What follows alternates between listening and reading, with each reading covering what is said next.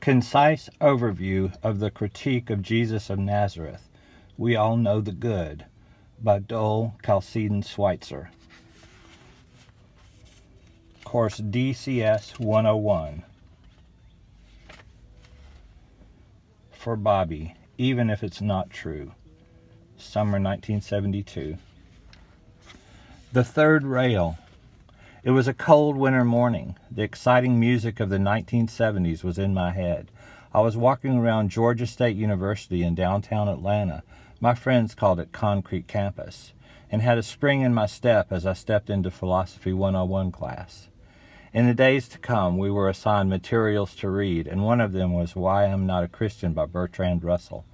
Like many in the South, grew up in a conservative Southern Baptist environment, and like many had never heard anyone criticize Jesus.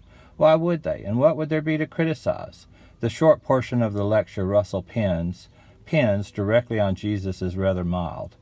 He appears borderline apologetic about it. For me, though, fitting with the times, it was mind-blowing. I couldn't believe I was reading this. Quote, I do not think that Christ was the best and wisest of men. Unquote. In the decades that followed, I began to read more and discovered some of the works of Robert Ingersoll. Quote, while there are many passages in the New Testament showing Christ as having been forgiving and tender, there are many others showing he was just the opposite. Unquote. Note the similarity to the following statement from John Dominic Crossan, taken from How to Read the Bible and Still Be a Christian. Quote, the problem of the Christian Bible is that its God is portrayed both non-violently and violently. Its Christ, proclaimed as the human image of that God, is also portrayed both non-violently and violently. And therefore, Christians are called to a life of political confusion at best, or religious hypocrisy at worst. Unquote. But Crossan makes it crystal clear he is talking about New Testament Jesus, not his non-apocalyptic historical Jesus. When did critique of Jesus begin? It is present in the New Testament itself. Some see Jesus in a poor light, and even his own family seem to doubt his mental well-being at one point. The Mandaeans, an ancient sect that reveres John the Baptist, hold a nuanced view, but overall, Jesus they're not such big fans of. Quote-unquote, James McGrath YouTube channel. Debate has taken place over references in the Talmud, most prominently in the Babylonian Talmud, aka the Bavli. Quote, highly probable that both the Talmud and Celsus draw on common sources. Unquote. Jesus in the Talmud, Peter Schaefer. Historian and Hindu activist Sitaram Goul, co-founder of Voice of India Publishing House, paints his portrait of Jesus with a critical eye in some of his works, such as History of Hindu-Christian Encounters or Jesus Christ, an Artifice for Aggression. Quote, Christian historians are now making Herculean efforts to salvage the Jesus of the Gospels from the history he created. They are saying that the spread of Western imperialism and Christianity at the same time was a mere coincidence, and that the purpose of the two should be perceived separately. Unquote. Karen Armstrong, the popular trade book author on religious topics, offers up a brief mixed view in her book Fields of Blood. Quote, it's not easy to assess Jesus' attitude toward violence, but there is no evidence that he was planning a military insurrection. He forbade his disciples to injure others and retaliate aggressively. He did not resist his arrest and rebuked the disciple who cut off the ear of the high priest's servant, but he could be verbally abusive. He fulminated against the rich, cruelly lambasted those scribes and Pharisees who served as retainers, and called down God's vengeance on villages that rejected his disciples. Unquote.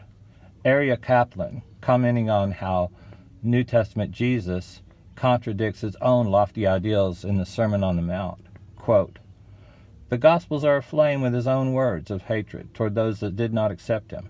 Time after time, he displays the same appetite for revenge as any other mortal. Unquote. The Freedom from Religion Foundation has a tract called Non-Tracts available on their website that offers a harder-edged critique called Why Jesus by Dan Barker. Quote, although other verses can be cited that portray Jesus in a different light, they do not erase the disturbing side of his character. The conflicting passages, however, prove that the New Testament is contradictory. Unquote. Hahn criticizes Pope John Paul II for saying Christ is the one mediator between God and humanity, quote, "Of course Christ is unique, but who is not unique? The idea behind the statement, however, is the notion that Christianity provides the only way of salvation, and all other religious traditions are of no use. This attitude excludes dialogue and fosters religious intolerance and discrimination. It does not help," unquote. But it is Jesus himself who makes the claim. "No one comes to the Father except through me," John 14:6.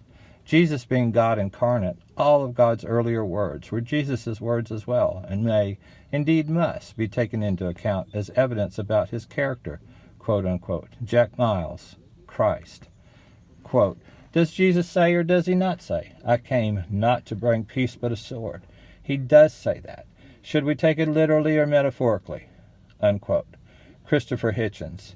Indeed, some Christians have historically appealed to the scriptures themselves for support of offensive military warfare, to take other human groups' land and resources, use extreme violence, torture, enslavement, killing of other peoples who were not bothering them. Native Americans, Africans, Jews, witches, etc. They thought they found support in the text of both the Old Testament and the New Testament for these views. Retired Yale New Testament professor Dale Martin has some insightful observations in his book Biblical Truths. Quote, "If someone went around today teaching and acting the way Jesus does in the Gospels, most people would want him arrested. They wouldn't call him a great moral teacher." Unquote. And we have a very interesting academic monograph on the topic by the late Iowa State professor Hector Avalos. In his book The Bad Jesus, The Ethics of New Testament Ethics, he offers by far the most expansive critique I've ever seen. He not only brushes the third rail, but grabs it with both hands. Both seem to be shaking each other. If one reads almost any treatise on Christian ethics written by academic biblical scholars, one finds something extremely peculiar. Jesus never does anything wrong, unquote. Avalos turns that on its head for the next 379 pages. He also makes clear, however, as Russell and Crossan do, that he is talking about the Jesus of the New Testament, not historical Jesus. It's been about 50 years since I walked into Philosophy 101. I agree with some of the critique of Jesus I've read and disagree with some of it.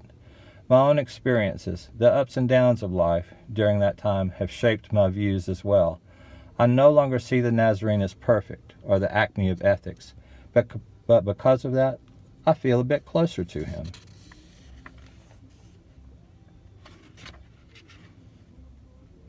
Quote, "You will find that in the Gospels Christ said, 'Ye serpents, ye generation of vipers, how can you escape the damnation of hell?'"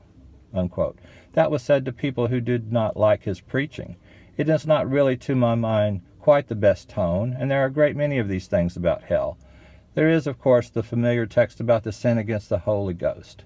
"Whoever speaketh against the Holy Ghost, it shall not be forgiven him, either in this world or the world to come." That text has caused an unspeakable amount of misery in the world, for all sorts of people have imagined that they have committed the sin against the Holy Ghost, and thought that it would not be forgiven them, either in this world or in the world to come. I really do not think that a person with a proper degree of kindliness in his nature would have put fears and terrors of that sort into the world, unquote. Bertrand Russell, from Why I Am Not a Christian. Quote, "It is Jesus who emphasizes more than anyone else before him the idea that those who displease him should suffer an eternal torture," unquote. Hector Avalos, from The Bad Jesus, The Ethics of New Testament Ethics. Hell is the drooling dream of a sadist, crudely affixed to an all-merciful God, quote unquote. Isaac Asimov.